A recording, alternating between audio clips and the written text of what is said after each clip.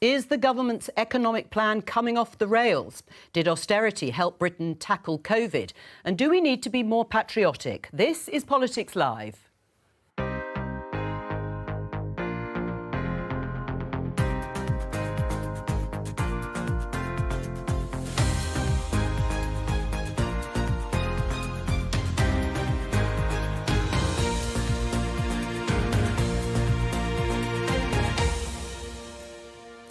With me today, Conservative MP and Chairman of the Health Select Committee, Steve Brine, Labour MP and former Minister, Margaret Hodge, former Conservative Special Advisor, Salma Shah, and the Director of the think tank British Future, Sundar Katwala. Today, inflation in the UK remains stubbornly high. The government responds. Today's figures strengthen the case for the government to stick to its guns. No matter what the pressure from left, right or centre, we won't be pushed off course. It's likely to mean further pain for homeowners.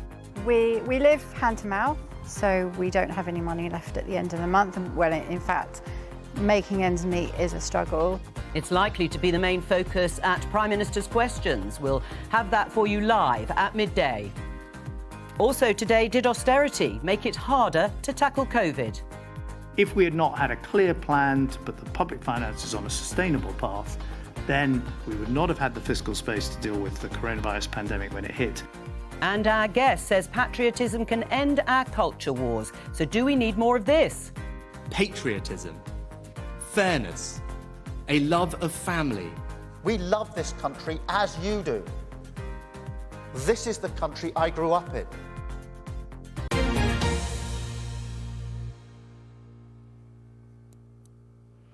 Today's news dominated by the latest inflation figure for the UK, here covered by BBC News. It stays at 8.7%, despite hopes of a fall. Yes, the inflation rate is stuck. Despite predictions it might drop slightly in May last month, it just hasn't done so, and the government is desperate to bring the rate down. It certainly raises fears the higher prices are becoming embedded in the economy. Is the government's plan working, Steve? Not yet, but if you listen to what the Chancellor said, I mean, what is the alternative to what he said? Oh, yeah, I think we should just rip up the plan to reduce inflation. I think we should rip up the plan to reduce debt. I mean, you know, I don't know if that's the Labour policy, but, I mean, clearly that's got to be the right there's got to be the right ambition. I remember when, you know, our opponents and you guys in the media were saying, well, of course, you know, on the 5 priorities, you know, at least 3 of them, they're going to be dead easy to meet anyway. They're going to happen anyway. So, you know, he's just said them. And there was that level of cynicism.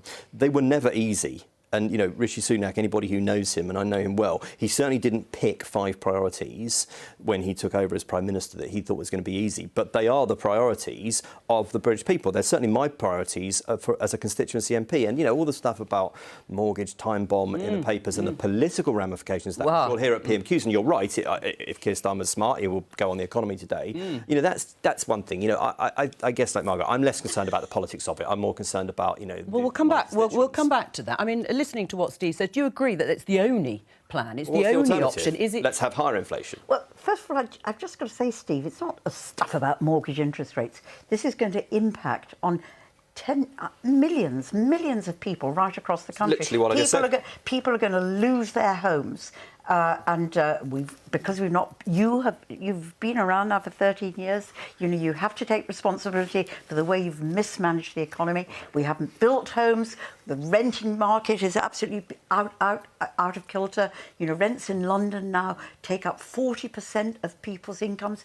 We are in a terrible, terrible situation. You have to take some responsibility for that. Look, I think, if I can just say, it's not you know, there are obviously global factors, and that's what you'll come back on. Well, there are obviously, but no, there is also there's the Liz Truss budget, and you know that mini budget has impacted on over 6 million households in terms of mortgage. Right. And I have to say, the other thing is just the briefly. mismanagement. Well, let me ask you both two things. Brexit. All right. Well, okay. that's another issue. Although you may be right that it's a contributory factor. Just very briefly, do you take responsibility for the situation we're in now? Yes or no? Well, Well, been for yes, 30 of course the government And Margaret, what is would the you do government. differently? What would you do right now? I accept what you're saying, the history, 13 years, they take responsibility. What would you do right now if you were Chancellor? Well, I think there are three things that we need to do. I was we need hoping to for one. Apologies. The best one.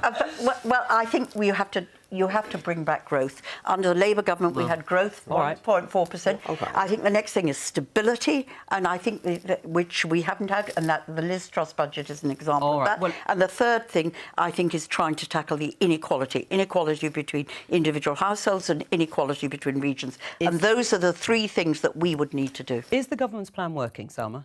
Well, no, not at the moment. But I also think we have to create the distinction that actually the toolkit for managing inflation sits with the Bank of England and the governor. So a lot of this is going to be about what the governor of the Bank of England does in terms of where the rate rises are going to go. Well, and that is going to do that. Yeah, and that is real pain.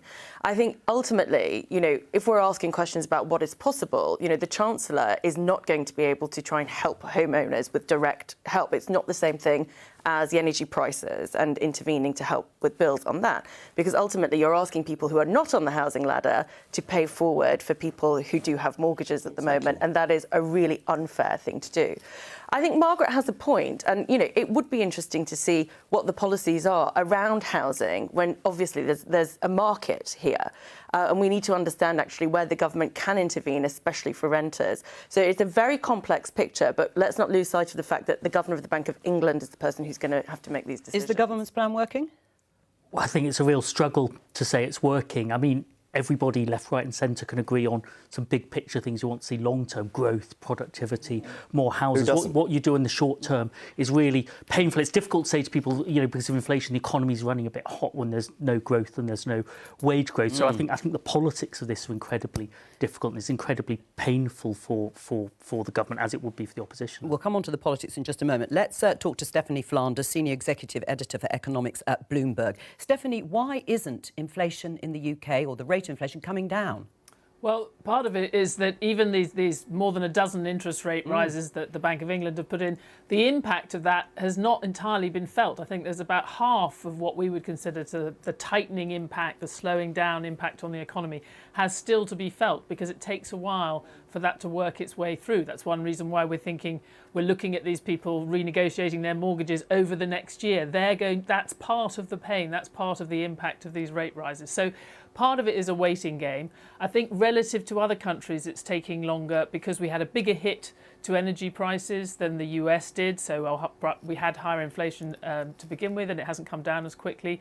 And relative to Europe, we've also had not just wage growth, but also profit margins growing. Quite a lot of markup we've seen in profit margins by companies. So there's a mixture of things. We seem to have sort of got ourselves the worst combination of those three across the major economies. And we're expecting the Bank of England to raise interest rates again, possibly by a quarter, but possibly by 0.5%. Yes, I think the chances of that have gone up a little bit because of today's numbers, but actually we still believe that a majority of that committee that sets interest rates will go for a quarter point, partly because of what I said. There's still quite a lot of what they've already done still to work its way through the system. And we don't think, by the way, that rates will end up going to 6% as currently is the betting in the markets. We think that would be too much. Right. When Jeremy Hunt, the Chancellor, says he's not going to be pushed off course, he is going to stick with the plan, let the Bank of England do what it has to do.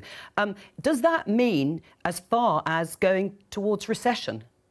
Well, it could well be, and we certainly think if rates go up to 6%, as the markets are currently forecasting, and as you see built into those 6% mortgage rates, we think that will produce a recession. When we run it through our numbers, we think that would be a sort of a shallow recession, but definitely a recession, lose about 2% of national output over that recessionary period. So, we think that would be overdoing it, but it is possible if inflation really is sticky, especially in the services sector, people still spending in hotels, profit margins still being pushed up. I think it is possible that we will need a recession to get this inflation out of the system. It's funny, though, if you have it as a target, halving inflation, to then stick with the plan, which is to not do anything and leave it to the Bank of England. It sort of seems like an odd combination. But should it be their policy, Stephanie, the Bank of England's policy, to almost trigger a recession in order to achieve lower inflation? I think their policy, their target is only defined in terms of inflation, but they have in the past always weighed those two things. What's the greater harm?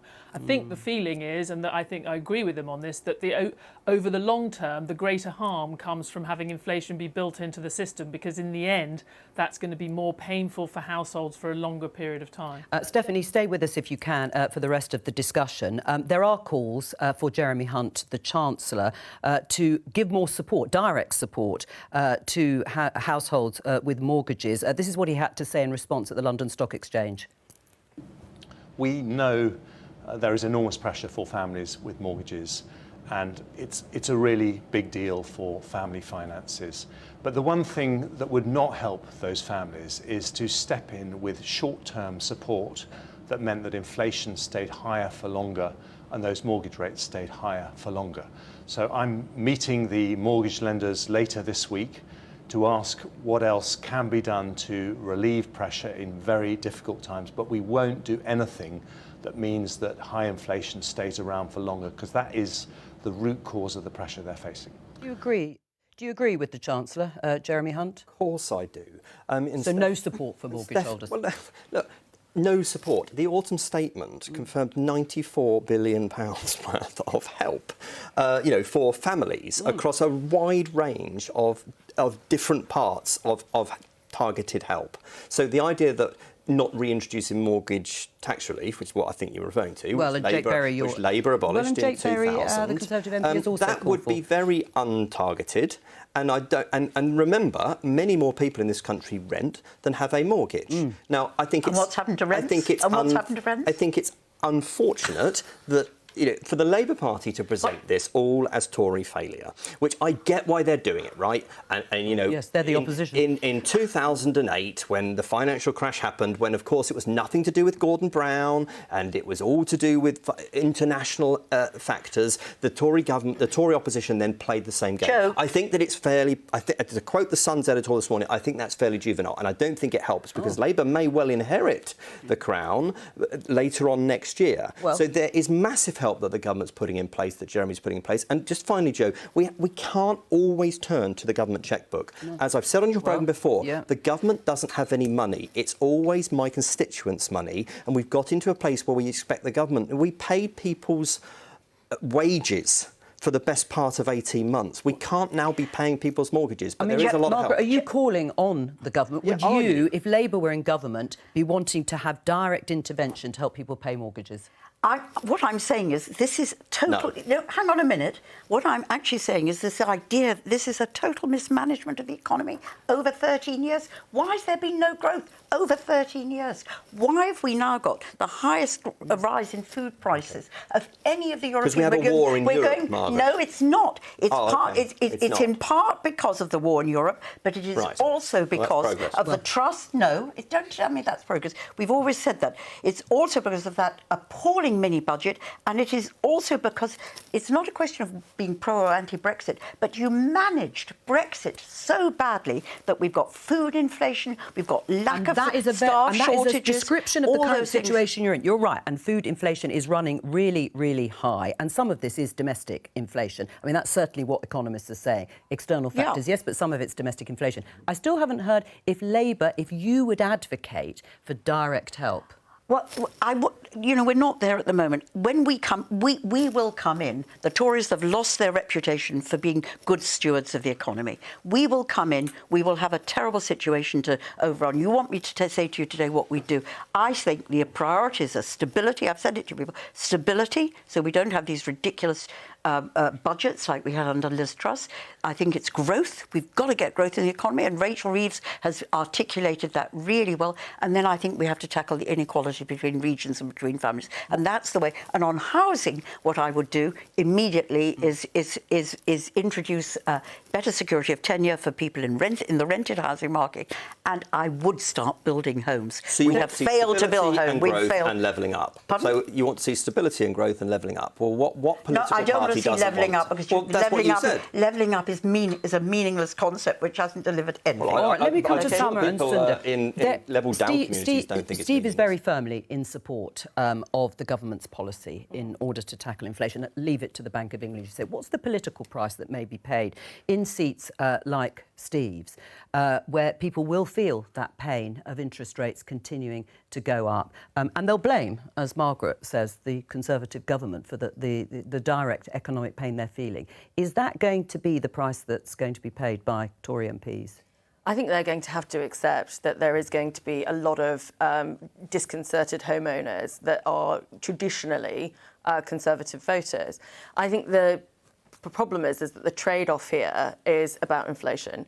And if inflation gets worse, they're going to be punished by everybody rather than the cohort of mortgage owners. I think the best thing that the Chancellor can hope for is what he's planned already, which is asking banks and mortgage lenders to provide that forbearance and try and get over that short-term pain through this mechanism of getting the banks to be a little bit more generous with their customers, because ultimately direct mortgage support is going to go to bank profits. And if you do that, then it creates a bigger argument for a windfall tax, like Mrs Thatcher advocated on interest rates. Inflation, which is the best tax cut we the fuel could of give. inflation. Joe, you're so... Why have we got inflation? Partly because we have a war in Europe, the breadbasket of the world, and they've pushed up energy prices through the roof. Of course there are domestic reasons as well. I'm not sitting here pretending that, it's nothing to do with us, Gus. But you are right.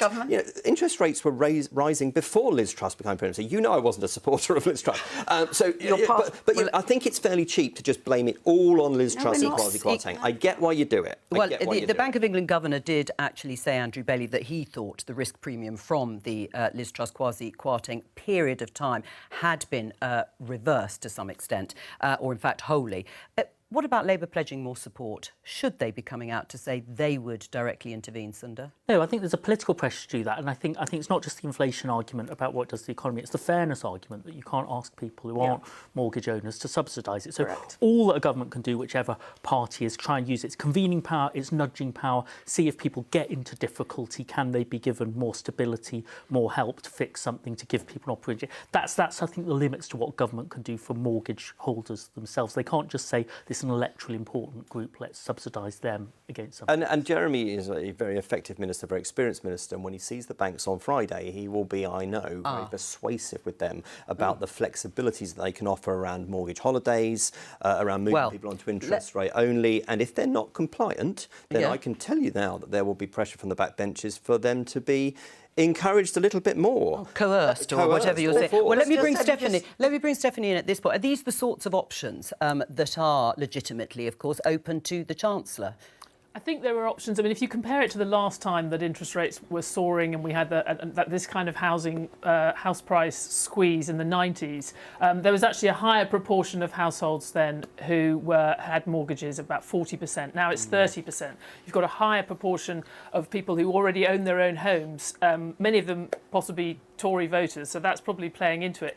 I think the only thing you can realistically do is try and introduce more flexibility at that sort of cliff edge. What other change is that people have fixed rates, which we have previously thought was quite a good thing because it cushioned the impact in the short term of interest rate rises, but then you get these leaps as we're now looking at people down the track of the next year, seeing a massive leap in their payments. And I think it's there that you might try and have more of a gradual negotiation with banks, force them to not just push people onto the high rate immediately, encourage them to be giving the best possible options to households and maybe lifting some of the constraints. Currently, you have to show that someone can afford the higher interest rate. Well, a lot of banks are worried that their existing customers won't be able to go anywhere else because they will fail all those tests because they suddenly can't afford 6%, but they could afford 1.5 or 2.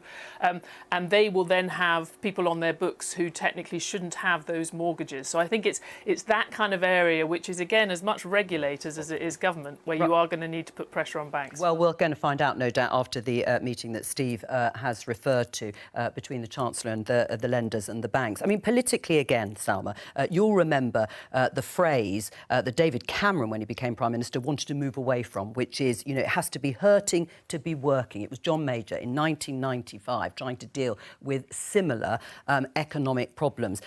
Language that I'm sure the Conservatives are going to try not to use in this occasion, even if that is basically what's being advocated. Well, yes, but this is about that transition. So as Stephanie said, you know, being able to understand where the impact of the rate rises are going to be on inflation further down the line has yet to be realised. And so understanding that there is a time period that they need to get through in order to perhaps realise lower inflation or slower inflation is going to be getting through this pain point. And so the language around it is going to be really critical, because the politics of this and making sure that people are feeling like there is an objective to get to is something that they need to focus on. I just want to bring it down to, you know, my constituents. I don't know. In my own constituency, there's been a 300% increase in the number of people going to food banks since the start of the pandemic. That's what inflation in food prices is doing to my constituents. As we go through the remortgaging, there are over 10,000 families in my constituency that will be paying £3,000 a year more, and these are not, you know, we're one of the poorer boroughs, poorer places in the country. They will be paying through. They will lose their homes, and there are things that could be done in relation to all the housing market. We were talking about earlier, some about providing greater security of tenure to people in private sector housing. That sort of stuff could happen immediately without any impact. And inflation is not something theoretical. Inflation is really impacting on you know, my constituents' lives and the country. But what you're talking about in terms of rental tenure is not going to have an impact on people paying mortgages right now. So it's they may be forced to move into rented accommodation because they can't afford their mortgages. So they may be forced to give up their houses because they can't afford the mortgage, and then we've got to see where they move into. You also have the impact of buy-to-let landlords that sort of boomed over the last 30 years. Who are now also cannot afford their mortgages and who are going to sell, which is actually going to reduce a lot of the stock. Well, maybe what we should do there is enable councils to buy those houses and use them to let to people. I don't think councils have money to buy that. Is there an electoral price for you, Steve? I mean, you've been very firm in saying, no, we stick to this. But in your constituency, you haven't got a huge majority. It's going to be difficult for your constituents, isn't it? Look, I am mostly concerned about my constituents, not about my own neck. You know, we have very high property prices in a place like I represent, and of course people are quite heavily mortgaged up to meet those. You know, and what I found interesting about this debate over the last few weeks is that, you know, when Labour made the Bank of England independent, and they obviously stood outside government, but now there's been an awful lot of talk in the papers. You know, 100%, and I still do. And the alternative to Jeremy, who I know incredibly well, was very involved in his leadership campaign twice. Didn't go so well, but anyway, it got him there in the end. Jeremy will be very careful with his language. He'll be very sensitive about his language, and you would expect that from him, and you would expect that from the Prime Minister. You know, thank goodness we don't have loose-lipped in Downing Street anymore. So I know that what Jeremy won't do is he won't just lose his head and do things that will make this worse, which is why he's had to be restrained, for instance, area that obviously I look at with the health service, on health service public sector pay. Right, just very briefly before we go and say goodbye to Stephanie Flanders, people talk about a wage price spiral. What is that, and are we in one? Is that to me? Yes. Well, Lucky so wage you. prices, obviously, we had inflation, we had prices grow. And then the question is, you know, if then as in response to that higher inflation, you then match it with wage growth, and the wage growth keeps sort of meeting or even exceeding the inflation, then you're pushing up prices for businesses who are employing those workers. As I said it before, we have seen wage growth, which is one of the factors that you don't see so much in Europe, but you have seen in the US, because we have such a tight labour market. And that's one of those striking things that happened in the pandemic, was a lot of people left the labour market and haven't come back. So I think that's another kind of UK specific factor that has helped to kind of keep upward pressure on wages. But as I said before, there's also been profit margins being pushed up in response to this as part of this inflationary process. So I wouldn't lay it all on the door of the wage price. It's also a profit price spiral as well. Stephanie Flanders from Bloomberg, thank you very much. Let's talk about the COVID inquiry. We've heard evidence from a variety of people, including the former Prime Minister and the former Chancellor. Let's refer to George Osborne. He said this, defending his record in government on austerity in front of the inquiry. I have no doubt that taking those steps to repair the UK's public finances in the years following the financial crisis of 2008-9 had a material and positive effect on the UK's ability to respond to the COVID-19 pandemic. Steve, is he right? Of course he's right that we were in a position to help people and pay people's wages for a significant period of time throughout the pandemic. If we hadn't fixed the public finances, we wouldn't have been in a position to do that. And, you know, nobody on the opposition benches was asking for us to spend less supporting. They were asking us to spend more around the self-employed, for instance. This is during the pandemic. So with George furlough. is right about that. Well, but then the wider questions, which I suspect you want to come on to, are around the public health, the clinical preparedness for a pandemic. Right. What did you make of that response, just broadly, from George Osborne?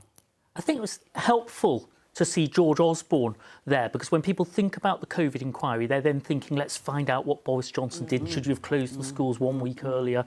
Were you a day late on making that decision about Christmas? But if we're interested in the preparedness, we've got to get much broader there. What was the condition of the health service? What was the preparation like? It's the real challenge then for the COVID inquiry, because it's a massive event that affected everybody, and now it's got to be an inquiry into everything. It's an inquiry into austerity and its impact on health services and preparedness. So boiling all of that down is challenging. I mean, obviously everyone's going to defend the specific decisions they made. The inquiry's got to sort of take a helicopter view above that. For lessons for next time is what we're about, not a sort of history of the last 20 years. But do you accept his verdict that he got the UK's public finances in shape following the financial crisis, and that made us better prepared? I think the broader verdict on austerity we'll have to see historically there, but I think the health service pressures matter to the pandemic. I mean, Brexit is partly a result of the politics of austerity. I think there's something like a pandemic. It's like the Second World War, where if you're going to tell people they can't go to work, of course you need to do furloughing, and you're going to take on exceptional debts, which aren't really about the sustainability of a country sustaining its debts in normal times. So I think pandemic debt is sort of war debt, and so I think it's less closely connected than he claims here. Salma? Well, yes, I agree with that, except for the fact that being able to borrow at certain rates, and now that we're seeing kind of global borrowing rates going up as well, I think getting the public finances just as a base, whatever may come, is an important thing to do. I think this is a really, really important inquiry, as Sunda said, because it's not about the specifics of what happened in one core bit. It is about looking at the decisions that led up to it. So it's very important that we ask ourselves these questions and take that wider view. I think that ultimately, you know, Baroness Hallett and her team are going to have to give us a verdict on that, having gone through all the details, and not just about the austerity policy coming out from number 11, but also how that was applied in very complex structures like the NHS, and how those decisions were then taken by experts about how they were going to make the choices of what they were going to focus their preparedness on. Margaret? Well, let me just say, I do agree that it is important that both of them have said, Salma and Sunda have said, that we think about lockdown and its impact, and we've today got this. We'll come on to that. We've today got this report about the growth in eating disorders among young girls. But on the, I've got to disagree. Sorry, I'm not doing this really. It sounds terribly partisan, but I don't mean it in that terrible partisan way. We went into the pandemic with the NHS in a terrible state. Fewer doctors, fewer nurses, fewer beds than all our European countries. 4 million people on the waiting list. And if you look, the Health Foundation is a bit of Health Foundation research, which I hope you're familiar with. If we were spending at the same rate as all our European partners on health, we would, over that period from 2010 to 2019, be spending £40 billion more on the NHS. To say that austerity didn't have an impact is just wrong. And then the final thing, Joe, I know you want to shut me up, but the final thing is on social care. You know, we said we had Matt Hancock saying that he was going to put a protective ring around care homes, and the austerity had an impact on that. And again, if I go to my own constituency, in those early days of when we were looking for PPE equipment, our care homes were going to schools to pick up the goggles that kids were using in science lessons, to use them as protective. Our care homes, they couldn't go out and get food for their people because of the constraints but let's people. pick up on your comments on the sort of health of the nation. I mean, Steve, you were a health minister. You've seen the submissions from your friend Jeremy Hunt from that time. Isn't he right that those concerns that he had then, that he submitted to the inquiry, are in fact the truth of what happened? Whatever George Osborne says about the economics, bringing down the deficit, when it came to health, yes, spending increased on the NHS in those years, but at a much slower rate. Absolutely true. You can't argue with the facts, right?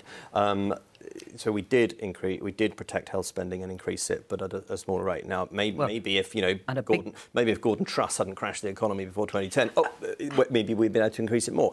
I just can't get. You have to let it go. Steve, you can't say they crashed the economy. It was a global financial crisis. Okay, but let's move on. So there's no global factors now. We didn't protect health spending because we didn't protect health spending. I was a health minister and I was a public health minister. One of the reasons why we fared badly in the pandemic is because we are unhealthy as a nation. We are too big.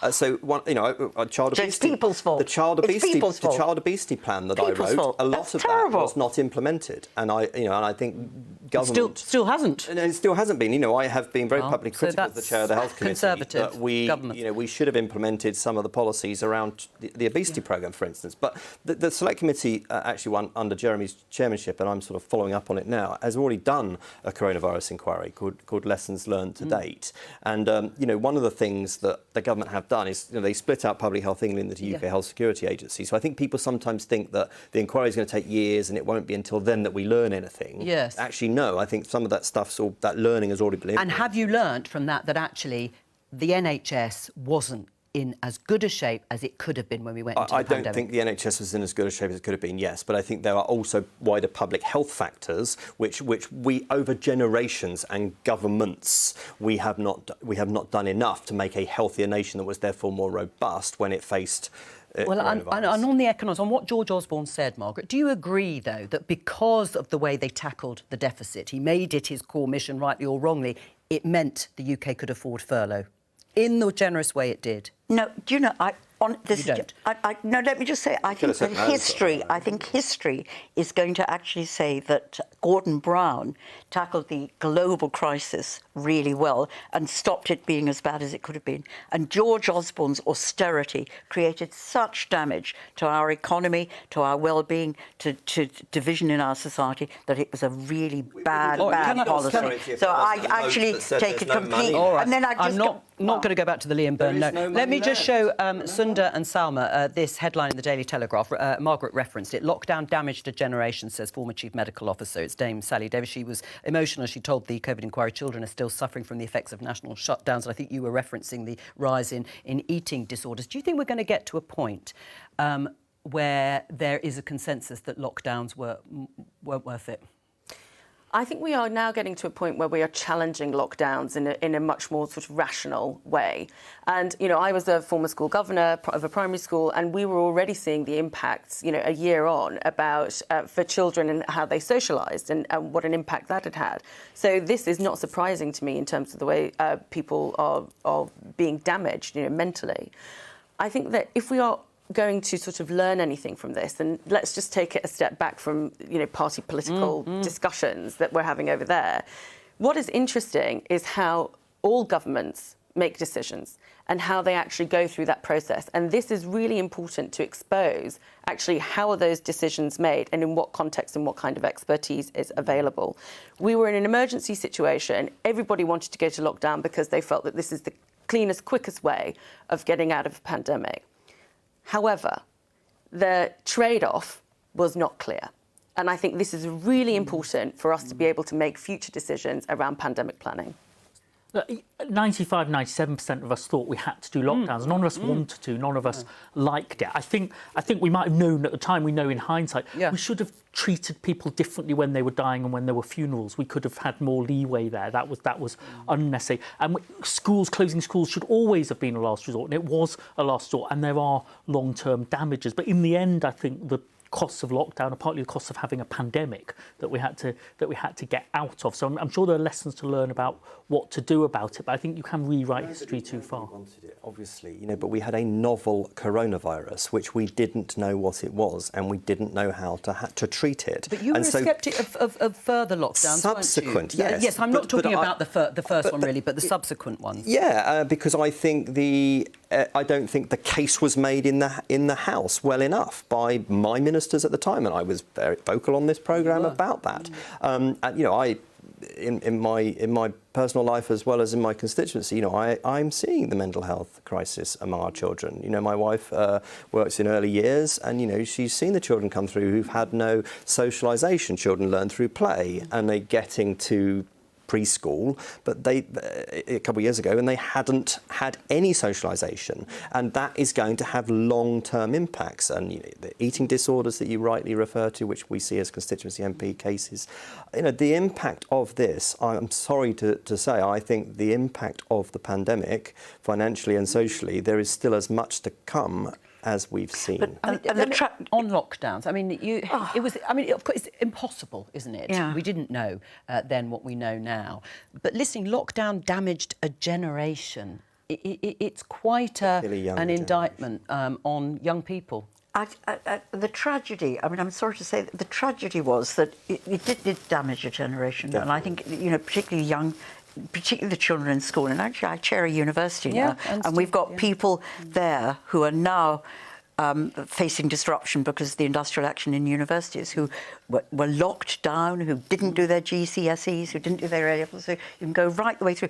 I think one of the things that I'm afraid the government got wrong was they said they would invest both in mental health services and in support for children in schools after lockdown to try and deal with some of the trauma that particularly kids and the younger generation did. They didn't do that. And it's really, if you look now at mental health services, and particularly for kids right the way through the education system, it's really tragic that they can't access the support they need, which would enable them to have the life chances they deserve. I don't want to frighten people. I met with Claire MacDonald, who runs Children's Health Services at NHS England just last week. We are ahead of schedule in terms of putting those mental health workers into schools, and that's a very good thing because the anxiety time bomb is ticking in schools, and we are seeing it now with our young people. So there is support there, but there is huge waiting list for formal CAM services, undoubtedly. But it's the low-level anxiety and mental health challenges that I'm seeing. We've got Prime Minister's questions coming up in about 7 or 8 minutes' time. Let's talk about your book, the one you've just written, How to Be a Patriot, Why Love of Country Can End Our Very British Culture War. Why do you think being a patriot is a unifying, or all of us being more patriotic will be unifying? Well, it sounds counterintuitive. Everyone in politics knows that identity can divide us, whether it's Brexit, Scotland, wokeness, culture wars on every front. I'm saying as it gets more difficult, actually, we've got to work harder at getting it right. It won't be enough to say, let's avoid those issues. We all love the NHS, don't we? We've actually got to work on those issues, look for the forms of patriotism that can say that the political divides might be really important, might be really big issues. They don't define us as a country. And it will help to have politicians who want to do that, but we can all make our own contribution. So love of country, how would that be demonstrated? Well, I think it's how you feel it. I don't want to tell anybody how to be patriotic if they don't, I don't want them to perform at the last night's proms they don't feel like. It's a very personal book as well. I grew up, went to school in the 70s and 80s, but dad from India, mum from Ireland. I felt Britain get easier for people like me in terms of the overt racism I saw at football, the opening up of public life. I left university, there'd never been a black or Asian government minister in this country.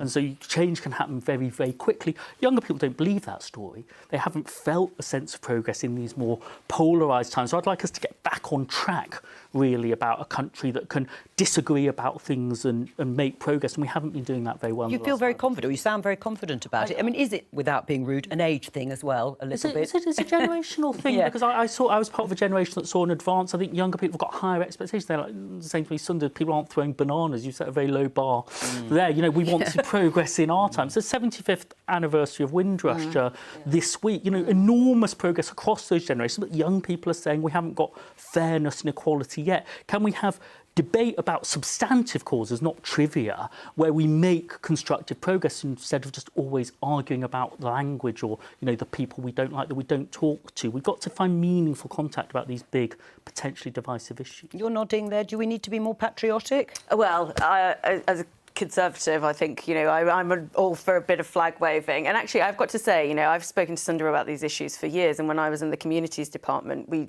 were working on an integration green paper. I didn't quite get to announce it or put it out. But I think what's really interesting about what Sundar's saying is that, patriotism doesn't have to be at these two sort of ends, which is either really jingoistic or incredibly sort of embarrassing and ironic. And there is this middle ground. And like him, I grew up in the 80s and 90s, and there has been a huge amount of progress. Yes, there's still more to do. But a point of pride is, we have, the Conservative Party has delivered an ethnic minority Prime Minister and great officers of state that BAME. And that's a great point of pride for me. Right. Do you think it's important politically for politicians to state it? We use the examples in the headlines there of both Rishi Sunak and Keir Starmer. Or should it be less about telling and just more about feeling it? I think it's important to state it. Can I just... Personally, I'm probably the only one that wasn't born in Britain here, around the table today. So I'm an immigrant, and my parents had to flee two countries for persecution or fear of persecution. And my dad, throughout his life, was always grateful to Britain for welcoming us as immigrants and allowing us to become British. We came here as stateless. But the other thing I wanted to say, Joe, is I fought the BNP in 2010. It's some time ago now. But the right tried to capture the concept of patriotism to create division and hatred. And I think it's really important. I don't think it's a Conservative issue. I think it's a cross-party issue. I think, actually, I hope we agree on this one here today. I think we should all actually capture patriotism with diversity and recognising our history as a force for creating social cohesion. And we should celebrate 75 years of the NHS. We should celebrate the coronation, all those things that bring us together. So I see patriotism as a way of embedding social cohesion. Not has the left? I mean, do you think the left has had a problem with being overt about it or being explicit about it? Well, I think under Jeremy Corbyn we'd never have done it, but thank God we've got rid of him. And I think under Keir Starmer I genuinely think I did it in Barking, and I do it in Barking today. And I think it's a way in which you bring people together. We're more than our individual. It's what unites us, and so patriotism is a good thing.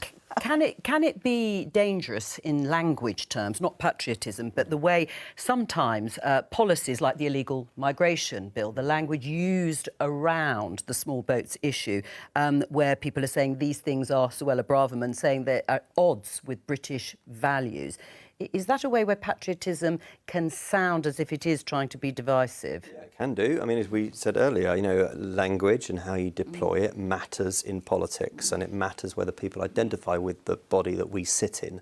I mean, look at the backdrop behind you. The Union Jack is flying above the great buildings of government today and every day, and rightly so. I mean, I represent Winchester, former capital of England, a very patriotic place, and what an outpouring of patriotism we saw in recent months with our loss of our late Queen, and then of course the coronation of the King. And I think that institution is a really great part of our country, and that brings us together. But whether you are, whichever you sit on the political spectrum, or even if you're a royalist or not, you can see that you can respect that institution. Well, I was going to say, because do you have to subscribe to all the sort of classic, if you like, institutions in order to be a patriot? It's a liberal democracy, so you can be patriotic and want your country to change. You can be patriotic and think it would be better if it was a republic, but if you can't persuade most people, you won't get there. So every party has to find its own way. I mean, the left has been successful not very often in this country. When it's been successful, it was its most patriotic and its most successful in 1945, because it was coming out of a wartime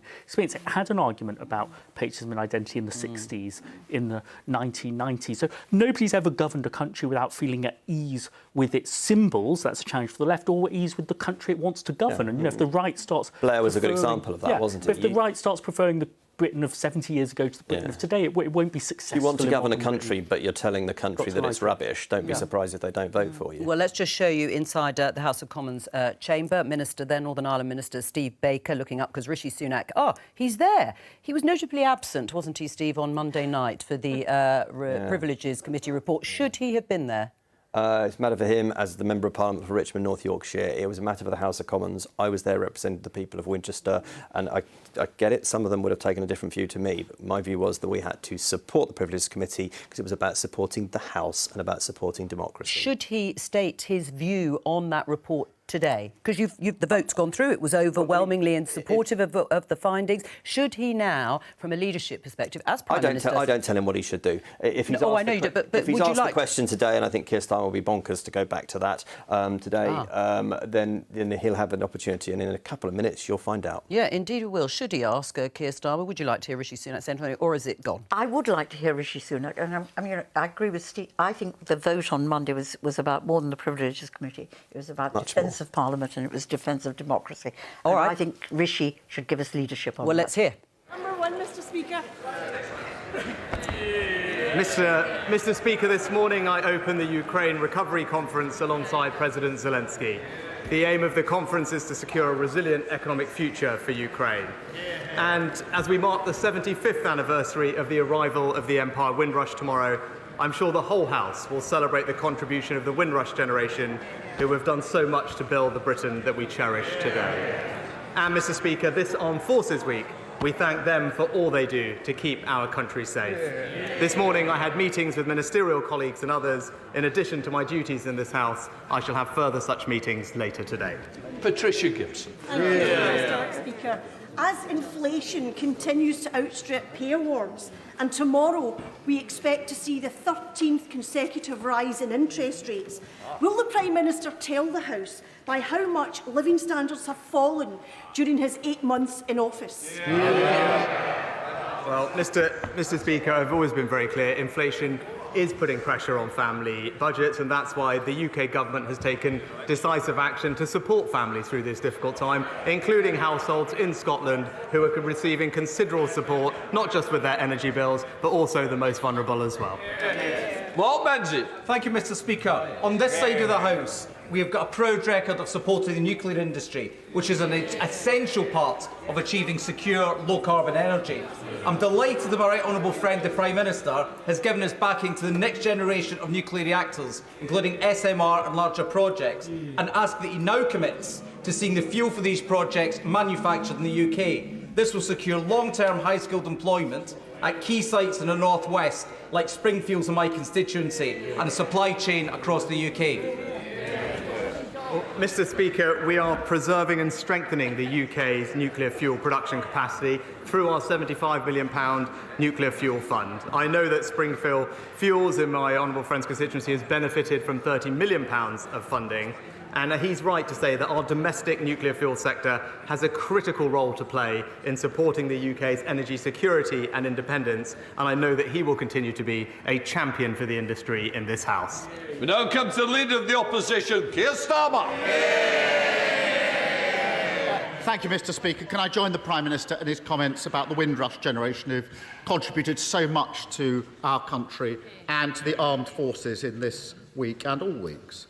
And Glenda Jackson's passing leaves a space in our cultural and political life that can never be filled. She played many roles with great distinction, passion and commitment. Academy Award-winning actor, campaigning Labour MP and an effective government minister. We will never see talent like hers again. Mr. Speaker, one of the Prime Minister's own MPs says Britain is facing a mortgage catastrophe. Does he agree with her?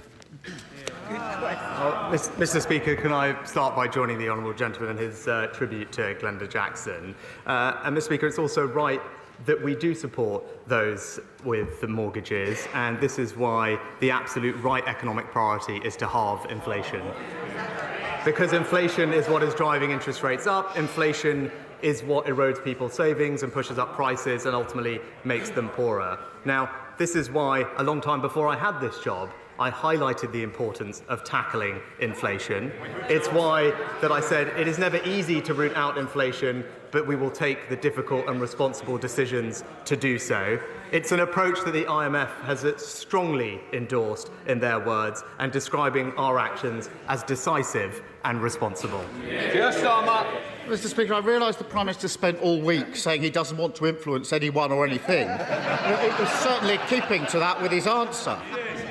He knows very well the cause of the mortgage catastrophe.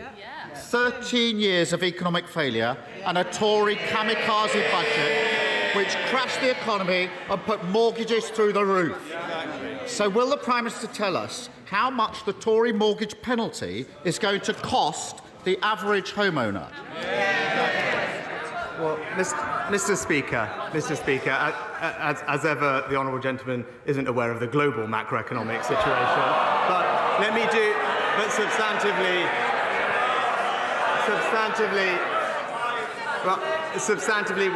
let me tell him and the House what we are doing to support those with mortgages. We have deliberately and proactively increased the generosity of our support for the mortgage interest scheme.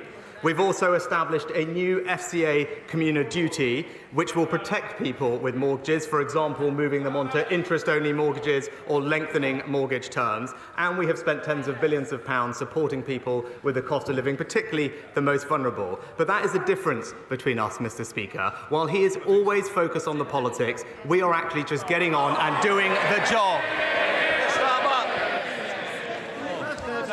Let's test that, because the question he refuses to answer, he actually knows the answer to this question, is £2,900 extra.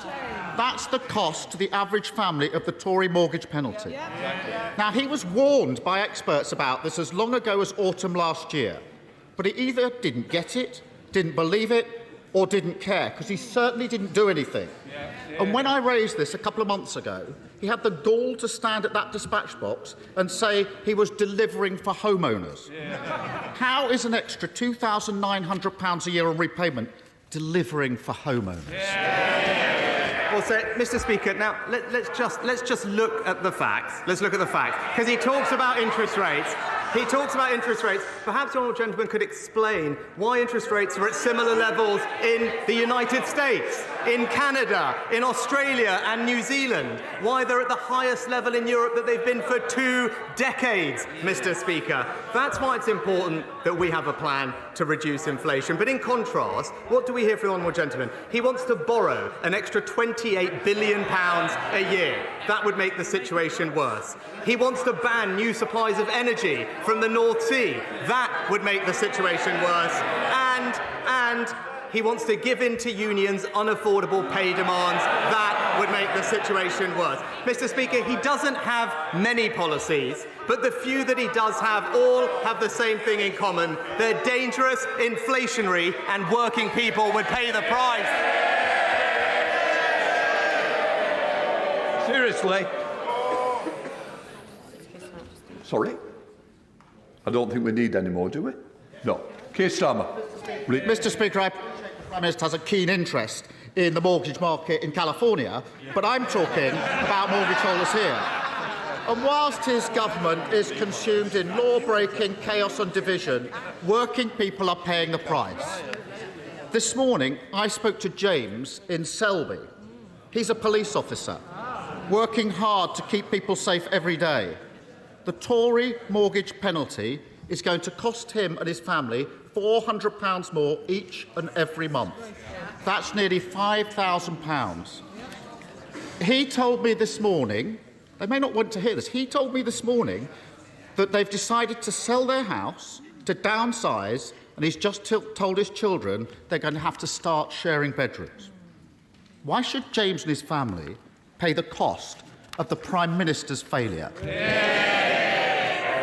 Well, Mr. Speaker, I hope when the honourable gentleman was talking to James, he explained that his economic policies would make James's situation worse, Mr. Speaker.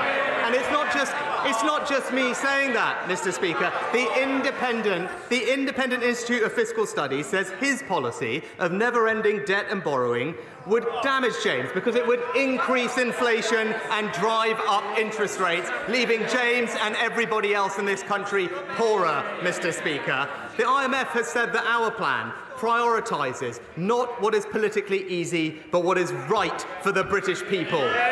That is what responsible economic leadership looks like, Mr. Speaker. James and his family will have been listening to that, Prime Minister. And their plight should keep them awake at night, because over the next few years, 7.5 million people are going to be in the same boat, all paying the Tory mortgage penalty, month after month after month. The situation is so dire that repossessions are already up 50%, a total betrayal of the idea that if you work hard, you'll get on. So what's the Prime Minister going to do to make sure more families don't lose their homes? Mr. Speaker, I know he's reading from his prepared script, but he failed to actually listen to the answer that I gave. Well, I did actually spell out in detail what we are doing, Mr. Speaker. We've increased the generosity of support for mortgage interest scheme. We did that proactively in advance. We've also established a new FCA consumer duty that will protect borrowers, for example, by allowing them to extend their mortgage terms or switch to interest-only mortgages. And we have spent tens of billions of pounds supporting households with living costs. Those are the practical steps that we are taking to help James and other families who are facing these situations. But what I would say, because he mentioned mortgage arrears and repossessions, I am pleased to say, Mr. Speaker, they are actually running at a level today that is below when we entered the pandemic, Mr. Speaker, because of the actions that we're taking. But more importantly than that, perhaps, Mr. Speaker, is that they are also running 3 times lower than the level we inherited from the last Labour government. Mr. Speaker, I'm sure from the vantage point of his helicopter, everything might look fine. But that's not the lived experience of those on the ground. After 13 years of economic failure across the country, people are paying the price of uncosted, reckless, damaging decisions by the Tory party. And even now, as mortgages go through the roof, the Prime Minister is planning to wave through honours and peerages for those who cause misery for millions. What does it say about this government that while working people are worrying about mortgage hike, paying the bills, even repossessions, the Tory party is rewarding those guilty of economic vandalism? Mr. Speaker, no amount of personal attacks and petty point scoring can disguise the fact that the honourable gentleman does not have a plan for this country, Mr. Speaker. He comes here every week to make the same petty points. We are getting on and delivering for this country. Yes, Mr. Speaker, inflation is a challenge. That's why we are on track to keep reducing it. We are reducing waiting lists. We are stopping the boats, all while he is focused on the past, focused on the politics. It's all talk, whereas from this government and from this Prime Minister, we deliver for the country. Philip, I know you're popular. Come on. Thank you very much, Mr. Speaker. My constituents continue to be concerned about energy prices and energy security. Will the Prime Minister assure me that he will not cave in to the extremist bullies from Just Stop Oil and their patsies on the Labour leadership, as well, and instead commit to developing new oil and gas production in the United Kingdom, which will be good for jobs, good for the economy, and make us less dependent on foreign countries for our energy supply? Well, as ever, my honourable friend makes an excellent point. Putin's weaponisation of energy has amplified the need for greater energy security, and that's why we deliberately have launched new licensing rounds for the North Sea. Official forecasts suggest that a block on North Sea oil and gas investment would mean that the UK's dependence on imports would rise substantially. Mr. Speaker, the Labour Party's decision is one that puts ideology ahead of jobs, investment and Britain's energy security. SNP leader Stephen Flynn. Mr. Speaker, in February, the Prime Minister told this here House that borrowing costs are back to where they should be. In March, he boasted we are on track to halve inflation by the end of the year. And in May, he then said economic optimism is increasing. Well, given the dire economic reality of today, is it not now clear that he's taken his honesty lessons from Boris Johnson? Well, Mr. Speaker, the honourable gentleman also failed to mention that not just the Bank of England, not just the OBR, not just the OECD, but also the IMF, all of them have upgraded their growth outlook for the United Kingdom economy this year. Whilst he and others were predicting that this country would enter a recession, the actions of this government have meant that we have so far averted that, and we continue to be on track to keep reducing inflation because that is the right economic priority. Can I just say, I want people to be a little bit more cautious on what they say. This is the present serving Prime Minister. The danger will it could be misled in the way that it was put. Stephen Flynn. Mr. Speaker, listening to the Prime Minister's answer, I don't think he quite grasps the reality of the economic situation facing households across these isles. But how could he? But it doesn't need to be like this. It didn't need to be like this. Because mortgage deals in Ireland, they're not sitting in excess of 6%, they're around about 4.5%. Inflation in the euro area, that's not sitting at 8.7%, it's sitting at closer to 6%. Britain is broke. Now, 7 years after their EU referendum, will he finally admit that it was Brexit that broke it? Mr. Speaker, again, I don't think the honourable gentleman was paying attention earlier. Interest rates in this country are at similar levels to they are in America, in Canada, in Australia and in New Zealand, Mr. Speaker. The rise in inflation and interest rates is a global phenomenon, but that's why early I set out that it was the right economic priority to have to bring inflation down. That's what this government would do. But that requires, Mr. Speaker, that requires difficult and responsible decisions. That's what leadership looks like. I don't think the SNP will ever do the same thing. Virginia Crosby. Thank you, Mr. Speaker. Wilver, in my constituency of Anismore, is recognised as the best site for small modular reactors and large-scale new nuclear in the UK. Given the UK government's commitment to nuclear and Wilver, when can my Anismore constituents expect to hear the result of Great British Nuclear's small modular reactor competition? Diolch yn fawr.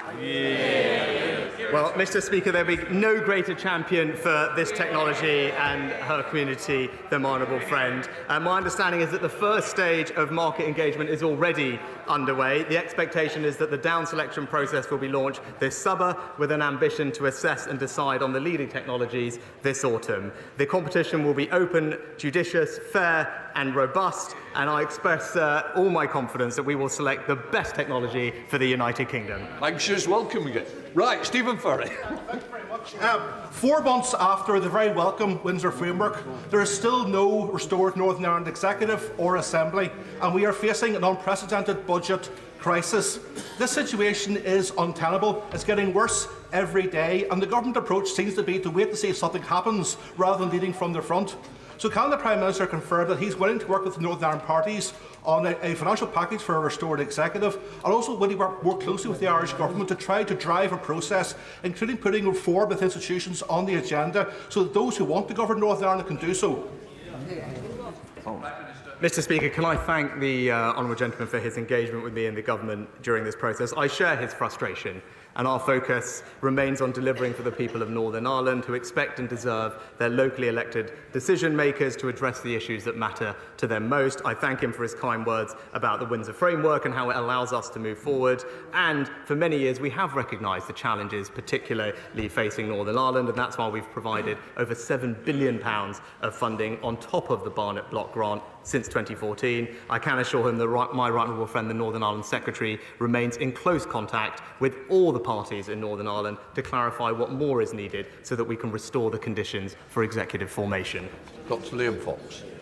Thank you, Mr. Speaker. Since 2016, cumulative growth in Italy has been 4%, in Germany has been 5.5%, in the UK has been 6.8%. In May last year, British exports to the European Union were not just the highest since Brexit, but since records began. The UK had the highest growth of any G7 country in both 2021 and 2022. The Eurozone is currently in recession. We are not. Is it not time we heard more good news talking Britain up? Well, my right honourable friend my right honourable friend is quite right to highlight the improvement in our economic outlook, and he's right to highlight the good positive news showing the strength in the underlying economy. And I know that he joins with me in saying that our economic priority right now must be to continue to bear down on inflation. But while we do that, we are putting the conditions in place to grow this economy. And as he said, unlike the party opposite, we won't talk Britain down, we will grow the country's jobs. Thank you much, Mr Speaker. Last night was another fantastic night at Hampden, a real tonic during tough times for the Tartan Army and Scotland more widely. However, whilst English and Welsh fans could watch their national teams for free on Channel 4 and S4C, only a small fraction of Scots could watch the match, with many unable to afford a subscription to Viaplay, particularly during this cost of living crisis. So, does he agree with me that this is inherently unfair? And will he ask the DCMS Secretary to meet with me to discuss how we fix this situation?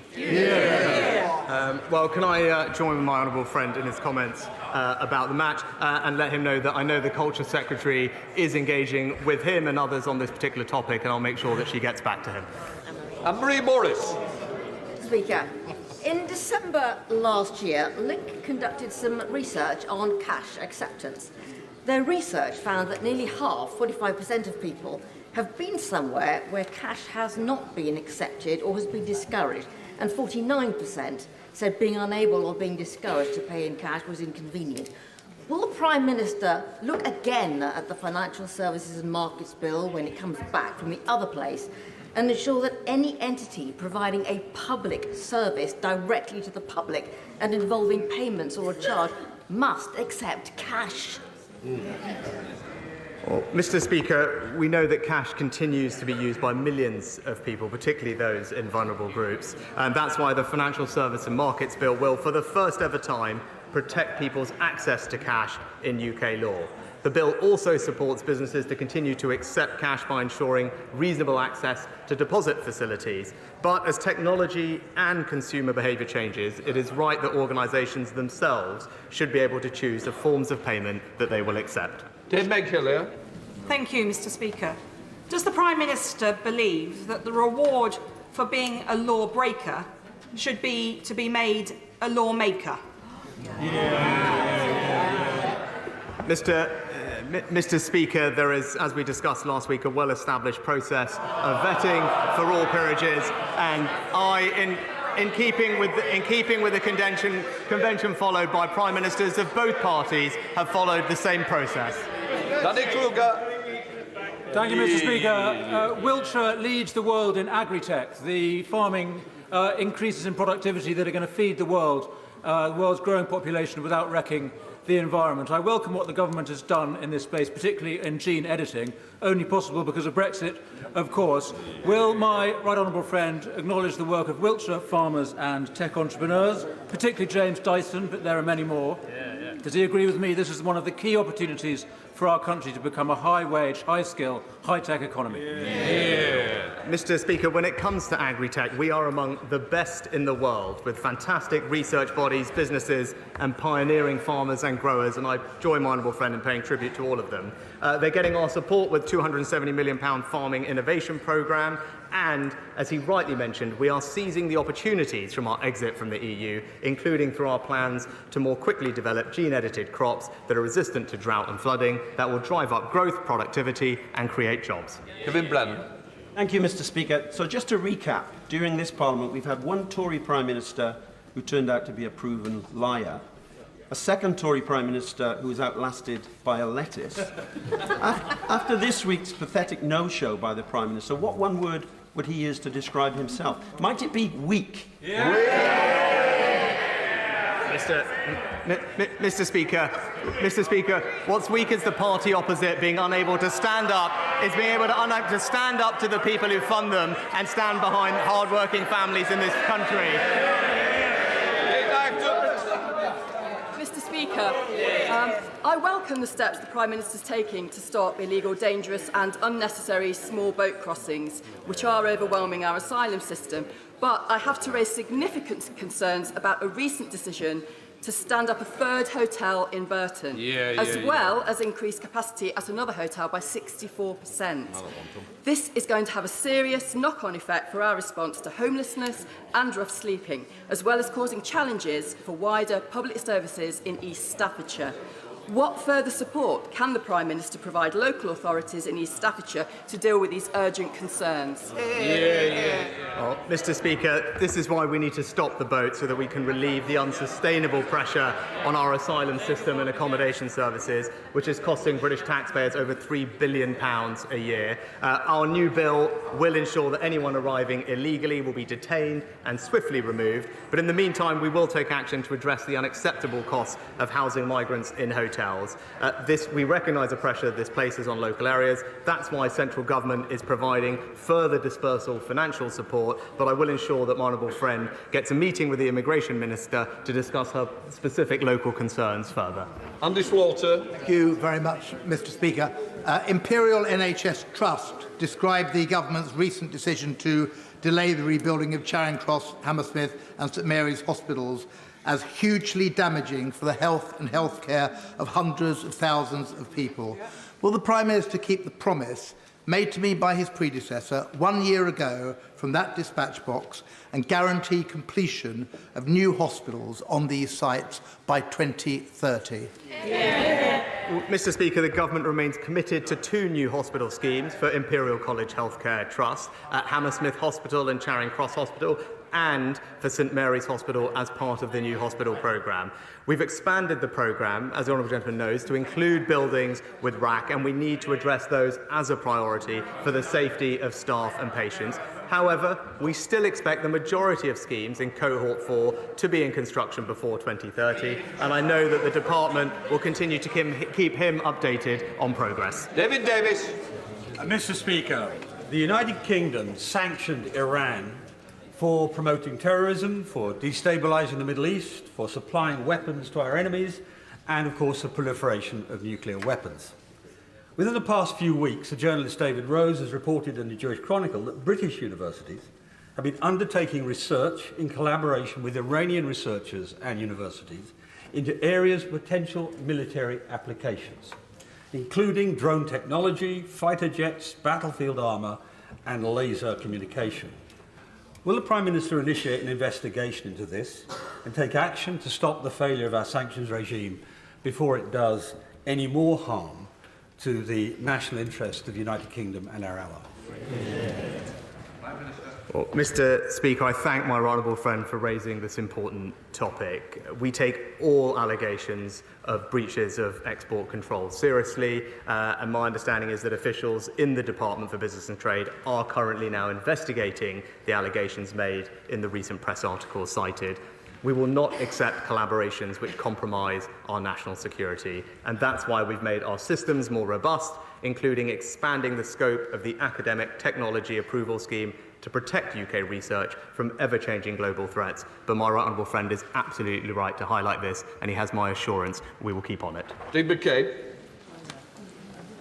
Could any of the material the Prime Minister's government is trying to avoid giving to the COVID inquiry cover his tenure as Chancellor and his eat out to help out policy? Very interesting. Well, Mr. Speaker, as I've said before, I think it is right that we learn the lessons from COVID, and that's why, so that we can be better prepared for the future. And that's why the government has cooperated in a spirit of transparency and candour with the inquiry, handing over more than 55,000 documents so far, Mr. Speaker. That there is a very specific point of disagreement. As the honourable gentleman well knows, it is the subject now of legal proceedings, so I'm not able to comment further. Greg Smith. Mr. Speaker, despite being world leaders in motorsport, the UK has not hosted a round of the World Rally Championship since 2019. We now have an opportunity to host a round in Northern Ireland next year to bring in excess of £100 million to the economy. But to make that happen, the promoters need government underwriting of approximately £1 million. So will my right honourable friend the Prime Minister agree with me that this event simply must go ahead and instruct the relevant departments to work with the APPG for motorsport, Motorsport UK and the promoters to make it happen? Well, Mr. Speaker, Northern Ireland is a fantastic place to host international events, and I'm delighted that my honourable friend shares my enthusiasm for driving forward prosperity in Northern Ireland. And with tourism, though, being devolved in Northern Ireland, I suggest he engages with Tourism NI on this potential event, and I look forward to hearing how he gets on. Israel Black. Mr. Speaker, the UK government and His Majesty's loyal opposition refuse to face up to the bleak realities. Brexit is causing weaker growth and a soaring inflation, according to the former governor of the Bank of England. The LSE says EU trade barriers have added an average £250 to household food bills, and Scots fishing chiefs are saying they were sold down the river and scoff at the talk of treaty renegotiation as just spin. With such colossal failures stacking up, and the former PM, who played a leading role in the Leave camp, finally exposed as a serial liar, will the current PM apologise to my constituents in Edinburgh North and Leith? Mr. Speaker, I'll just point out to the honourable lady, because she's going on about the EU and us leaving it. We have actually grown faster than France and Italy since we left the single market, Mr. Speaker. Our exports have also grown by 25% just since COVID, and as we heard from our honourable friend earlier, that every single international organisation has upgraded their forecast for UK economic growth. That's because we've got the right priorities to drive growth, create jobs and spread opportunity in every part of our United Kingdom. Thank you, Mr. Speaker. Hospices across the UK provide quality but also compassionate care to people at the end of their lives, such as Mountbatten Hospice in my constituency, who looked after my office manager Sue Hall when she passed away in March. That's why I and her son-in-law, Miles Rogers, will be skydiving to raise money on Saturday, and we've raised £6,000 so far. The Prime Minister should feel free to donate to the campaign. He will send his best wishes to all hospice workers across the United Kingdom. Well, can I join with my honourable friend in first of all wishing, I think it was Miles, good luck this weekend as he raises money, but also join him in paying tribute to all our incredible hospice volunteers and workers across the country. They do a fantastic job in all our constituencies at a very difficult time for families' lives, and we all owe them an enormous amount of thanks. Jim Farrell. Half of us, sadly, will get cancer at some point during our lives. And half of those with cancer will need radiotherapy treatment. Yet 3.5 million people in this country live in radiotherapy deserts where they don't have close access to the treatment, including my constituency, where my patients living in Westmoreland have to travel 3-hour round trips every day to get life-saving treatment. So would the Prime Minister back our proposal for a satellite radiotherapy unit at Westmoreland General Hospital in Kendal, and also help support all the other members living in the radiotherapy deserts to bring radiotherapy close to their communities too? Well, Mr. Speaker, I know, like the honourable gentleman, that access to healthcare in rural areas is particularly important given the distances that our rural constituents have to drive. That's why we remain committed to expanding the range of diagnostic services that are available through our proposal to roll out community diagnostic centres. And I think the record-breaking capital budget that we have in the NHS at the moment is delivering that, and I look forward to the department engaging with him on his plans for his local area. Thank you, Mr. Speaker. As the Bank of England are raising interest rates to try to stem spending and therefore preventing inflation being baked into the economy, the same can't be said for those with savings accounts. Would it not be good for people to be encouraged and incentivised to save more? And would my right honourable friend and the Chancellor talk to the industry and encourage them or impel them to actually give a good deal to savers too? Can I thank my honourable friend, because she raises an excellent point. It is vitally important that savers are treated fairly and the markets are functioning as competitively as we'd expect them to be. I'm pleased to tell her that my honourable friend, the Chancellor, is meeting with the industry and the banks this Friday to discuss the matter that she's raised, and will make sure that she and everyone else gets an update after that. Completes Prime Minister's questions. I'll let the Chamber player. And that brings us to the end, as the Speaker, Lindsay Hoyle, has just said, to the end of this week's session of Prime Minister's Questions. It was really difficult for Rishi Sunak, really under pressure over the latest rate of inflation, the fact that it's stuck at 8.7%, and 24 hours before the Bank of England is most likely to raise interest rates again.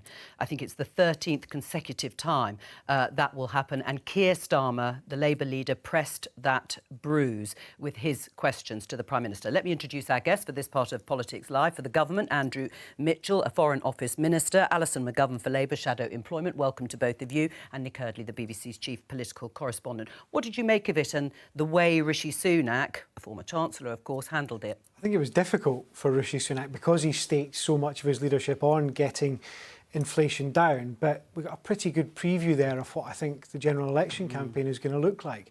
Labour are going to blame the government, and the phrase you heard Keir Starmer use over and over was the Tory mortgage penalty. They are going to use that time and time again, and the counter-argument from the government or from the Conservatives is going to be, well, your plans are worse and they'd make inflation even worse.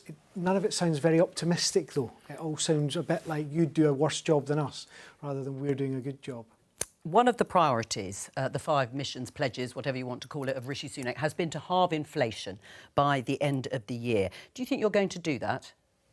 I very much hope we are, and of course it is the critical thing. If you're worried, as so many of our constituents, and we are worried about the level of mortgage rates, you've got to get inflation down. Inflation is the thief that comes in the night. It steals the value of your savings, and it's got to be eroded. I'm sufficiently old to remember the last time inflation was endemic in this country, and I never want to go back to that. So tackling inflation, which Rishi is determined to do, is the right thing to do, and it got up to 11%. It's now down at 8%. He is determined to drive it down. It's hugging 9%, and it hasn't moved. It was predicted to come down. It is stubbornly staying higher than the Eurozone, higher than America, despite the fact that we've all shared those global factors. If the government doesn't get inflation down, never mind by halving it, but if it doesn't get it down significantly by the end of the year, do you think politically that's it? You'll lose the next election? No, I think we will get it down. And the fact that it is stubbornly entrenched makes it all the more important that we do get it down.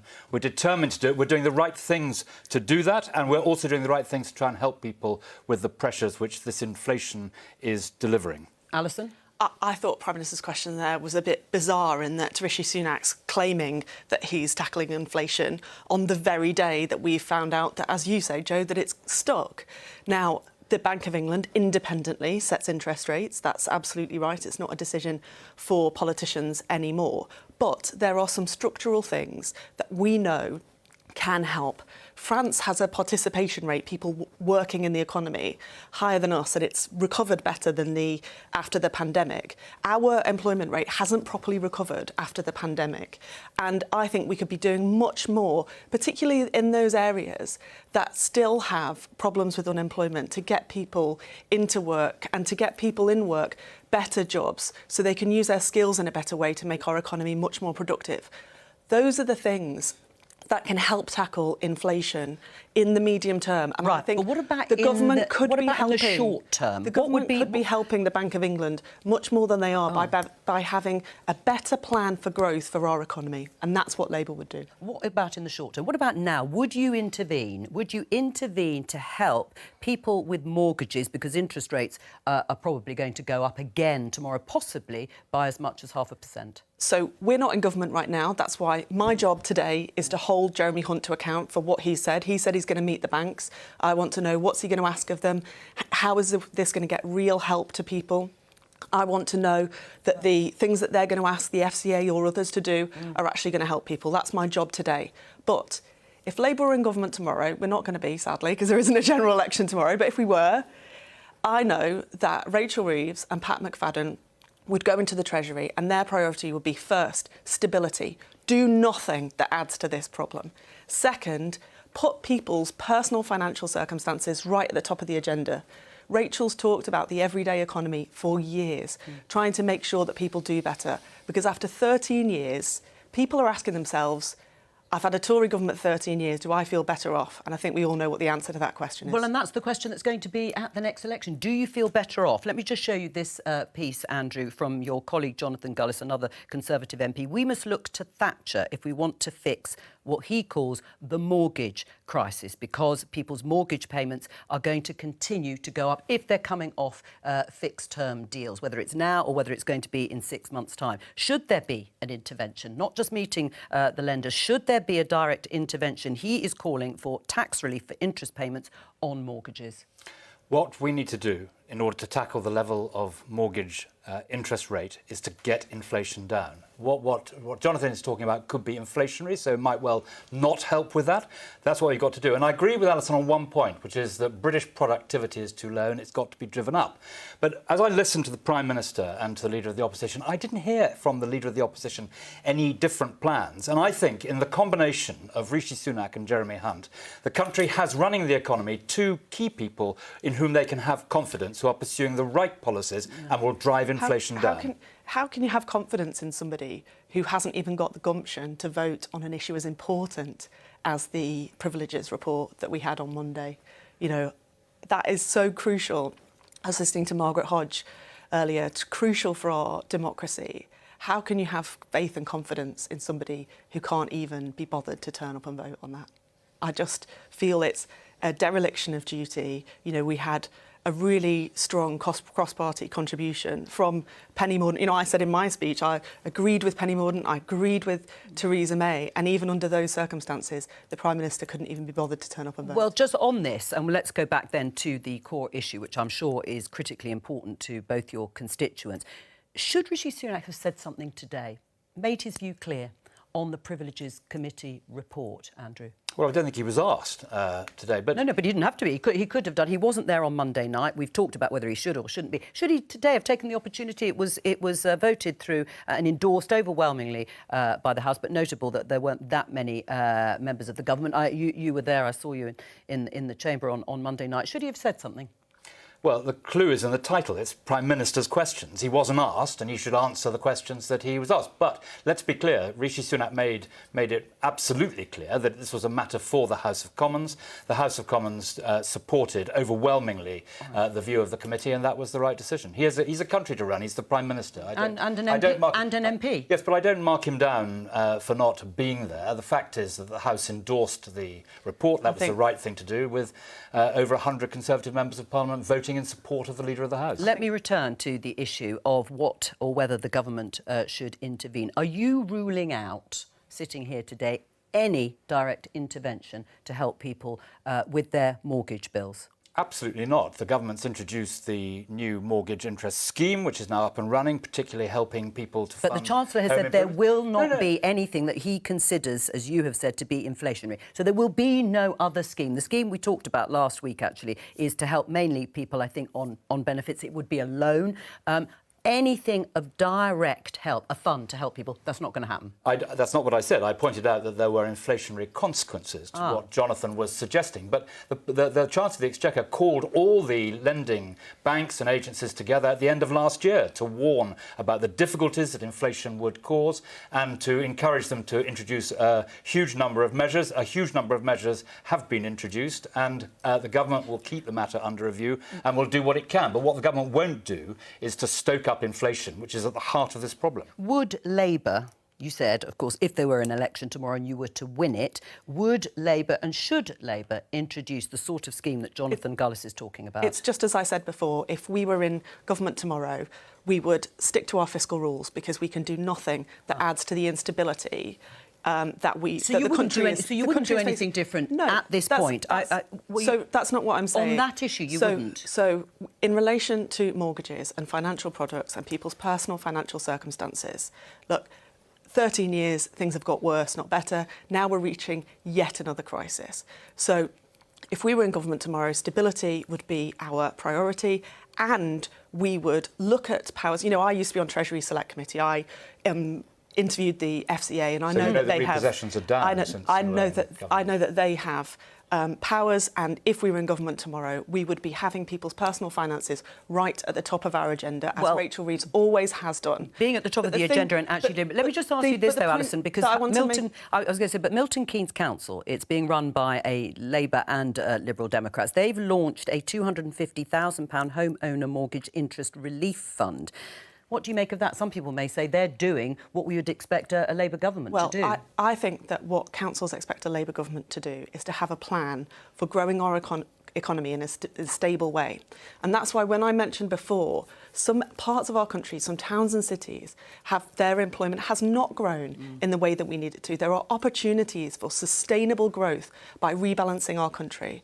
So if we were in government tomorrow, I would, as Minister for Employment, hopefully, please, would be working with councils right across the country to say, how can we use the changing energy economy, the growing parts of our economy to create new jobs, bring people into work who've been left behind, and to make sure that people are able to have sustainable finances. Because you can do things today to make a difference, but we also need that plan for the future for every town and city in this country. Jonathan Gullis is one Conservative MP offering advice, referring to history. Lucy Allen in Telford is another. She says raising interest rates, which of course is up to the Bank of England, but it is the main tool for trying to bring down inflation, is not working, she says, as a strategy to control inflation. Most people are not mortgage holders, she's written recently, and if they are not immediately impacted by an increase in rates, so it has no impact on their spending. Those that do hold fixed-rate mortgages may not feel the impact for some months to come. Has she got a point? Well, of course she's got a point, but the critical job of the government, and I don't really hear any different plans, although I think what Alison says about productivity in the economy is very interesting and we should all be working towards it. She's also saying you've created this problem. It's because of mismanagement that we're in this. But anyway, I mean, I think that analysis ignores the fact that we are facing similar problems to what other major economies around the world are doing. Inflation is higher than most other. Yes, and there are domestic reasons why that is the case. But that does not mean we should take our eye off the ball in getting inflation down. Inflation is the great enemy.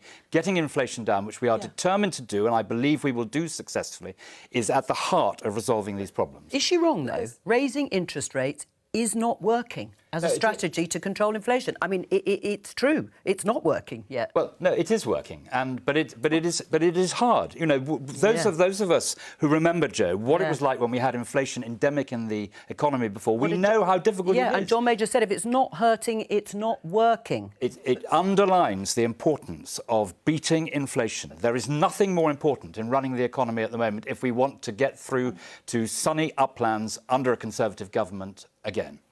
That is why the independent Bank of England will use its monetary policy tools to do what it needs to do. And as politicians, we should do our bit, which is to say, OK, which bits of other government policy can be deployed to make our economy more stable? That's why I'm banging on about the labour market. Which reveals to some extent that everyone is a bit hamstrung by the situation. That is exactly why yesterday at Cabinet, we spent the entire Cabinet discussing boosting skills and productivity. And there, Alice and I are in some agreement, and building on what has been a great success in that area to make it even better. But there's words and there's action.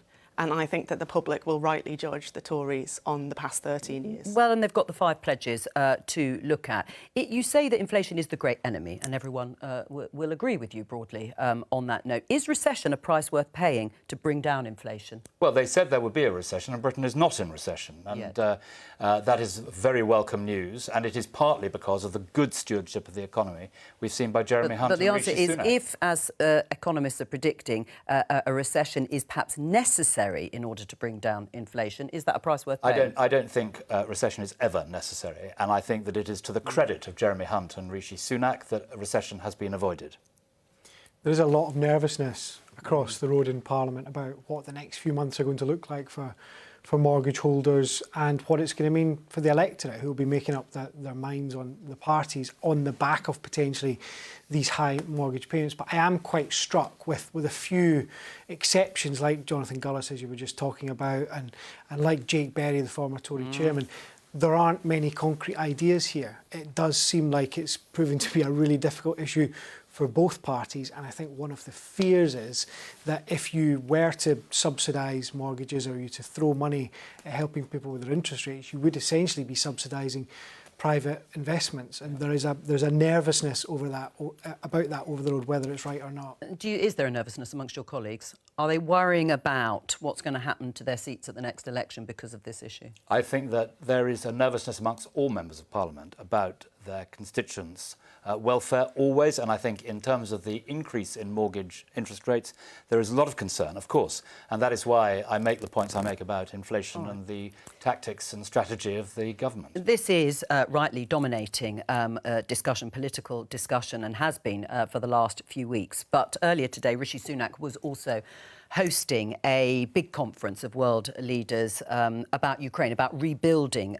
Ukraine. He said that we're going to stick with Ukraine for as long as it takes and pledge more than £2 billion in World Bank loan guarantees at the Ukraine Recovery Conference, it's called. What is in this package and what do you make of it? Is it generous enough or not? Well, Britain is hosting this recovery conference today and tomorrow in London. Everyone is here, all of the supporters of Ukraine, all those who want to beat back the barbarity of what Russia has done by invading a neighbouring country and killing its citizens, destroying its infrastructure. And this is about how we rebuild that. So it's about, on the one side, making sure that Ukraine understands the need to turn their back on old Soviet corruption and to ensure that there is a proper law-abiding rule of law for those who invest, and then making sure that all of us play our part in rebuilding Ukraine when this desperate war is over. I mean, for people watching the discussion that we've just been having about the economy, can the UK afford to stay with Ukraine for as long as it takes? We have to do so. The effect on the lives of our children and grandchildren of Russia winning in Ukraine would be unspeakable. And we have been the leading country in terms of delivering military equipment and training and support. I take my hat off to the Ministry of Defence, Ben Wallace and the government for driving that forward, making sure they have the tools to beat the Russians back. And others are following us. We have done a bit on the humanitarian side. Predominantly we do it on military spending and military support.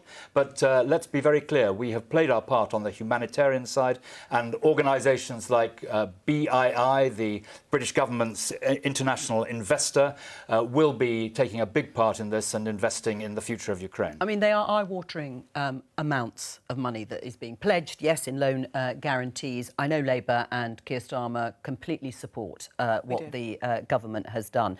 But again, to your constituents, when a Prime Minister, and it could be Labour next year, say we will stick with this for as long as it takes, pledging the sorts of money that will be needed to rebuild Ukraine, how do you explain that trade-off? Because nothing matters more than our country's security. And I think that the response of my constituents and across the country to the crisis in Ukraine has been really supportive of the action taken. I think it's good to see a return to the UK playing a role with institutions like the World Bank, that multilateralism that the UK played such an important founding role in making sure that the risks that are inherent with the outbreak of war are attended to, not just obviously the security risks, but also the financial risks. And I think that, you know, we have historically played that role through the World Bank and those multilateral institutions. And I think it's good to see us stepping up to the plate. And territorially, militarily, we've talked about the economics and the finances in rebuilding Ukraine. In your mind, as part of the Foreign Office, does that mean you want to see and will support Ukraine driving Russians out of Crimea and out of the eastern part of the country, the Donbass region? The important point that all of us should support is the sovereignty of Ukraine, the right of the Ukrainians. And does that include those two regions? Well, we're not at that point yet. What we have to do now is we have to make sure that the Ukrainians have the ability, the tools to finish the job, to drive back the Russians. I'm optimistic that that is what they're going to be able to do, and Britain will do everything it can to make sure that they do. Right, so what does finishing the job mean? What does it mean when people are watching, you know, we'll be there for as long as it takes, we're going to finish the job, we're going to allow Ukrainian sovereignty? What does that practically look like? Sometimes in politics you should remember the words of Cardinal Newman. O Lord, I do not ask the distant shore to see one step enough for me. The step we have to take is arming, supporting in every way we can the Ukrainians to drive out the Russians who have invaded their territory, butchered their citizens and destroyed their infrastructure. Right. I mean, you're hosting this conference. It is about rebuilding the country. So this is an open-ended, completely open-ended commitment in that sense. You can't say what it will look like finishing the job, ending this? Of course not. We don't know how much more barbarity will be inflicted on these people by the Russians. And my hope is that our relationship with Ukraine and Ukrainians will go on, and that relationship will strengthen. We think about the people who wanted to step forward and host refugees in their own homes. I think that relationship hopefully will get stronger, and that will be a good thing. Do you believe, and does Labour believe, that Russia can be driven out of those areas that it took the outbreak of war, and that's what you want to see? There's not going to be a difference between us and the government on this issue. But what I want to see is what I said before, which is the United Kingdom playing its proper role on the world stage, being a partner and part of a group of nations that are trying to do the right thing and make our world a safer place. And I think, therefore, the right thing for us to do is to support the government. And that will mean, and does mean, higher amounts of spending on defence more broadly, which Ben Wallace has been making an argument for. Defence spending had been coming down, but of course it's now going to go up, and that will also be a big cost to the country. It will, as will, I assume, international aid in the project of rebuilding Ukraine. It is going to be tricky for budgets, there's no doubt about that, but I think you get a sense there that there isn't much of a political difference on this. The question is more one of balancing the books rather than any sort of real debate on whether that money should be spent. It's one of the few things that you don't find much of a division on over the road.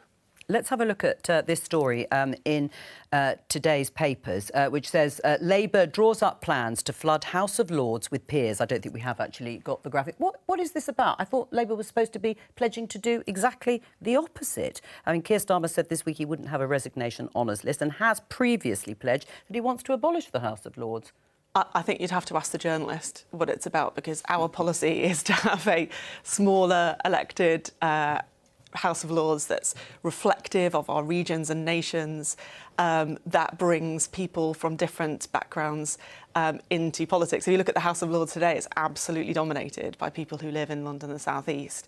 And that's why we want to have a smaller elected House of Lords that does that job of governing our whole country well.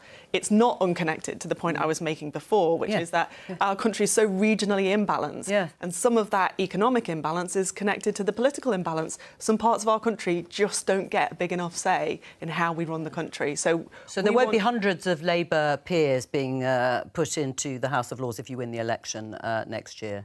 Well, until we have a reformed House of Lords, obviously we've nominated people to the House of Lords, some excellent people, but that's under the system as it is now. We really don't have a choice in that. The last Labour government went some way, taking away the hereditary peers, and so under the current system, you know, we have nominated people, but our priority is to get the centre of British democracy working much better for every single part of our country. I don't think it can be beyond us to do that. Is it an out-of-date, disgraced system? Are you asking me? Yes. I think the real problem with the House of Lords is that when he reformed it, Tony Blair broke the highway code because he entered the yellow box without knowing where he was going to go thereafter. So we have an incomplete reform. And the problem with the House of Commons is that down the years, we all know what we don't want, but we find it very difficult to agree on what we do want. And both sides tend to unite against a reform, which broadly is unpopular in the House of Commons. I do think that there needs to be reform of the House of Lords. And in the unlikely event that the Labour Party were to win the next election, I'm sure that they will find under Keir Starmer that it's a third Parliament rather than a first Parliament activity that they want to take part in. I mean, I have no doubt there'll be many challenges. But I think the priority is, as I say, to make sure that the centre of government, whether that's Parliament or Whitehall, is working to serve every part of our country to deal with the structural imbalances that is holding our country back. Sounds a bit to me like you have just confirmed the Times story. You are going to put a bunch of extra people into the House of the Lords, and you are going to make it even bigger I think, than it is just now. Nick, that's wrong. I think if you want to know about the origins of that story, you need to ask someone else other than me, who had nothing to do with it. The way that it was described to me is that this is part of the natural cycle of a new government coming in. You put some people in the Lords because you need them there. My point was, it kind of sounds like you're going to keep doing the thing my point was that you don't like. Keir's already nominated people to the Lords because that's the process as it stands. But our policy is our policy as I have stated it. Right. I mean, Rishi Sunak was asked, I think, by Meg Hillier, the Labour MP, whether lawbreakers should become lawmakers. What's your answer to that, Andrew? Uncomfortable. Could you expand? Well, I think, you know, that there's an issue of timing there. I know the point you're seeking to make, and it's uncomfortable. But the fact is, he was nominated for the service that he has given. That is the way we do these things. We have these resignation honours lists. And I can well understand the view of the Prime Minister that it wasn't his role to mark the homework of his predecessor, because no one's done that before. Seems to be a lot of things that are not the role of the Prime Minister at the moment, not the role of the Prime Minister to be voting on a privileges matter core to the well-functioning of the House of Commons, not the Prime Minister's role to intervene on this. For me, this just makes the case for change. Right. Should Sean Bailey not be, or should be stripped of his honour? Sean Bailey, who stood as the Conservative candidate for mayor. Fortunately, that's a matter way above my pay grade.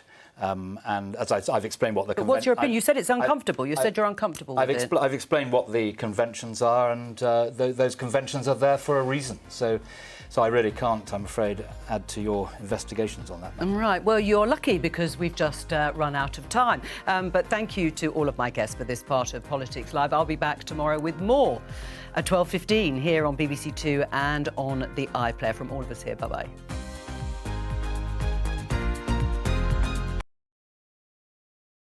Fucking hell. Pointless. First of all, scrap the House of Lords. It's fucking garbage. I mean, it's better than the House of Representatives in the United States, to be fair. It's better than the Senate. They get to stay there for life. In fact, some of these fuckers in the House of Lords get to stay for life, don't they? Get rid of that for a start. I would like, and people say, oh, you shouldn't have a second elected House of Peoples because it will undermine the House of Commons. Okay, first of all, it won't, because it can't. We already know that. But you just make it the law that it can't. I mean, fucking, it was a Tony Blair changed that shit. So you can't even filibuster. But what would be good is to have, I think we should have the mayors of regions. So, like, if you're the mayor of, I don't know, fucking Greater Manchester or some fucking other place, I think people like that should automatically get a seat in the House of Lords, right? Because they can speak for the region. They're elected, but they can speak for the region, right? So that would make fucking sense, right? Honours lists, I don't know about honours lists. I think they should be scrapped. Kind of. I think. Don't think we should have an honours list. You know, like we have people who are recognised for the work in the community, or, you know, people who are actually doing useful shit in the country. I think they should at least get, you know, a place in the House of... Do we still call it the House of Lords? I don't know, because that'd be mad, wouldn't it? See, the whole Lord thing is a bit shite. And peerage. Do we give it a new name? Do we give it a royal prerogative again? Do we scrap the whole House of Lords shit? Do we just call it the people? See, you can't even call it the People's House or whatever, because it isn't. That's the House of Commons. Do you just call it the upper chamber and just scrap the whole fucking notion of lords? I mean, that would be a good thing, in my opinion. But then what happens to all the people that have got OBEs, MBs, lords? Like, do we just scrap all their titles? I mean, that'd be a bit shit too. So, I don't know. It's gonna... To reform the House of Lords, you're gonna have to call it, or keep it as the House of Lords, if you don't want to fucking, like, tear up the entire notion of Britain. I suppose. Maybe we should just literally wait until Scotland leaves the Union and then figure it out. and not do it before then. Because, you know, eventually Scotland's gonna leave the Union, which is gonna be a clusterfuck. But, you know, people are entitled to determine their own future. So that's what I'm saying. I've got nothing against Scotland leaving the Union at all. I think if they want to, they fucking can. I should be able to. I think they should get a referendum every time they want one. And then once they leave, they've left. Get over it. It's going to be funny to see what happens afterwards. But at the same time, is people who don't want to be a part of the country should be allowed to say, well, I think we could do our shit better on our own. I mean, that's how most countries are formed anywho, right? Most countries are that way because a lot of people decided, nah, fuck this shit, we can do a better job on our own. Like America. I mean, they had a war over that shit, right? So, in my opinion, I think people should be able to vote. But in terms of the House of Lords, why? Why bother? Why bother now, I suppose? I mean, we've got more pressing issues, to be fair. A lot more pressing issues.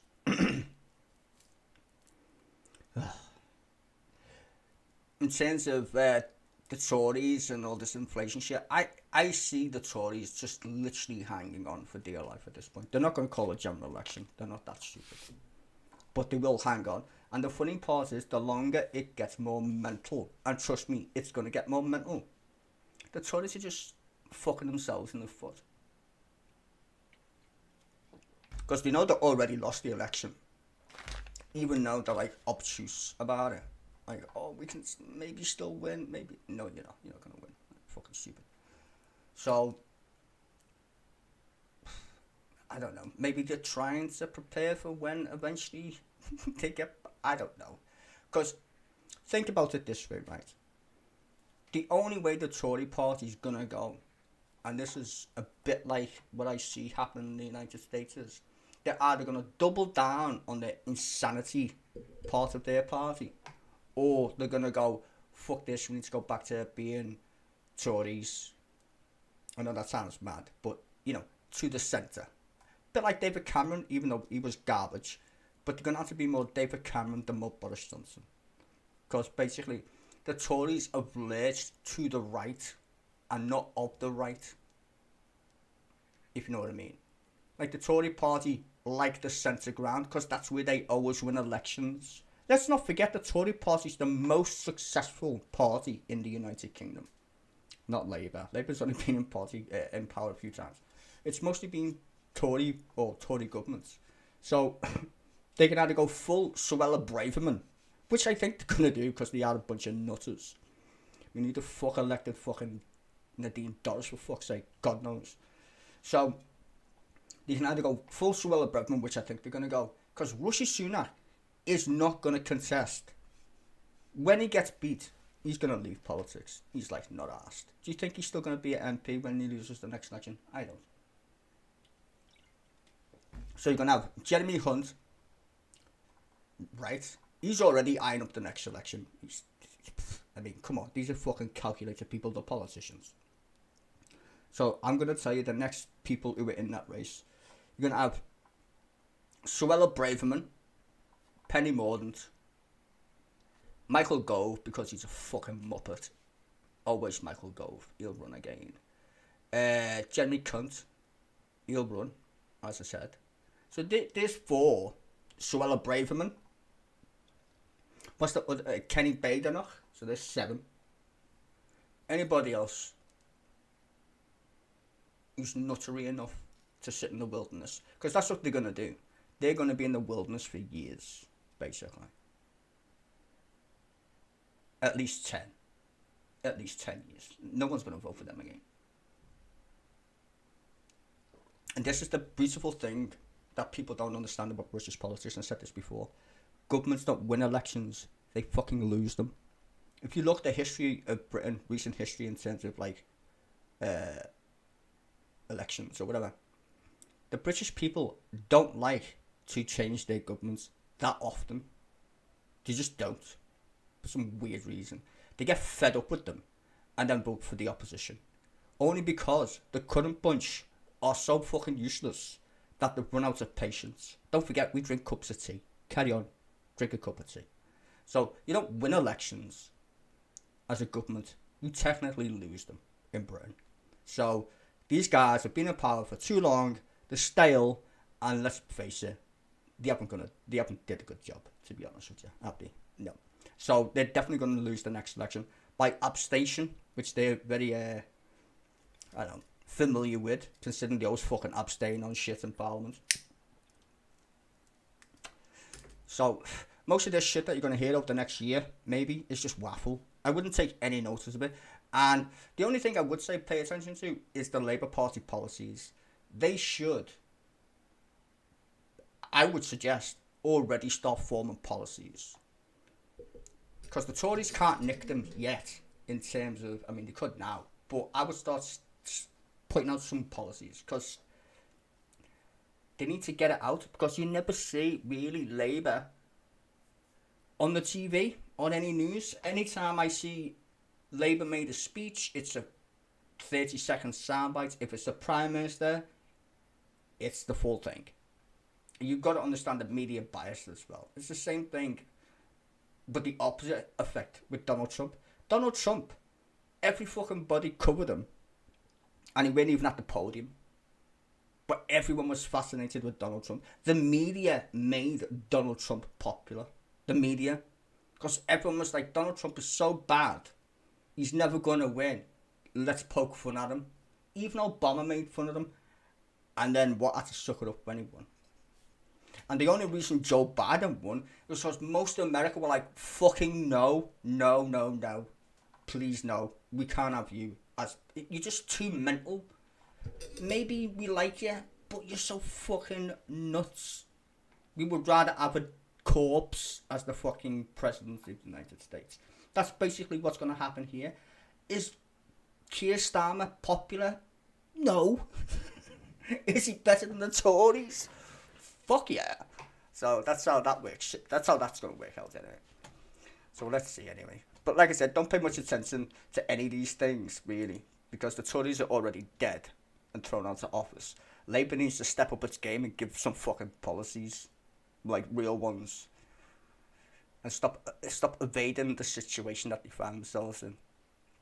Just ignore the current process of the mad shit like inflation and all that. Because they're not really things they can answer. Focus on what you would do when you get in power, not what you're going to do now. Because clearly that's a fucking hypothetical, retarded question that the BBC will always ask because they've got no foresight. And saying, what would you do when you get in power? And the questions are always relative to now. They're not relative to fucking, I don't know, a year away. And they could do a year away. They could say, we're going to scrap tuition fees or some shit in a year. Right? They could say that. They could say, we'll decriminalise cannabis. Say something. Right? I love the idea of having a company, an energy company again, that's run by the British state. I mean, fucking hell, we sold everything else. British Gas isn't even British Gas. For fuck's sake. Fucking hell. Anywho, imagine the Royal Mail is not even royal. Fucking hell. Whatever. Anywho, I'm going now because I'm going to play more Diablo 4. I'm addicted to this shit. I need to get to level 50 with me Barbarian. Anyway, be back tomorrow. Question time as well. So 2 shows for you tomorrow. Anywho, enjoy the rest of your night. Because it's like 7 o'clock.